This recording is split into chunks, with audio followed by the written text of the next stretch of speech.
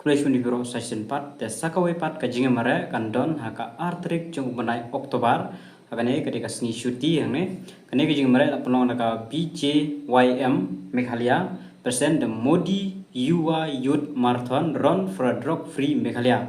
Dengan seperti lupa kane kade free pen register online te pen yo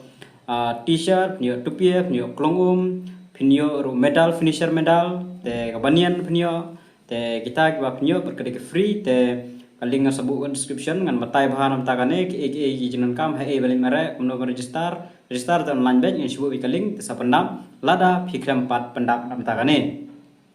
Prime Minister Youth Run Against Drug Abuse namo Youth Run for Drug Free India kajaka kalepo State Central Library Shillong katarik kadai tarik benai Oktober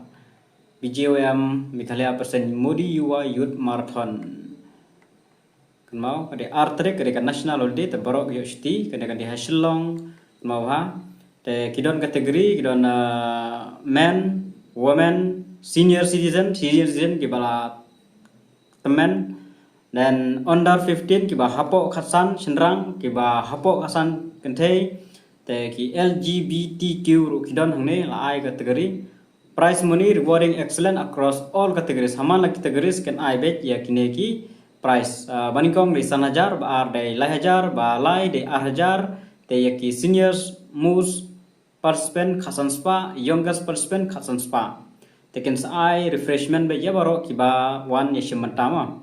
te ki noy mare kenyo quality dry fit t-shirt size adjustable cup tupia bib number kumbalap ni hne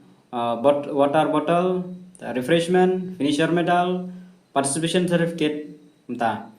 kajaka mare kesedang wai napo State Central Library here for DC office Watts Lake BGP office Polo Tower Food Furlong Nipco Dam Sanyong MES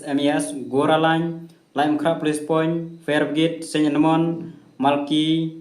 Dahan Malki dan Tatar Civil Hospital dan Kapoi Biang Siapo State Central Library haju i kan kut kane kan wan kuno 10 kilometer kan don 10 kilometer kan don tidak pimpa register no ngan bu kaling apa description register itu tene pila scan ni kan QR code di blog nomlong mentira dengan sabuk kaling apa description hang you can also scan the QR code on the right register kate ke QR code number phone ro kilai la dapi kwa wan yung tv la pila wan follow ya ka WhatsApp Instagram jong ka BJYM Meghalaya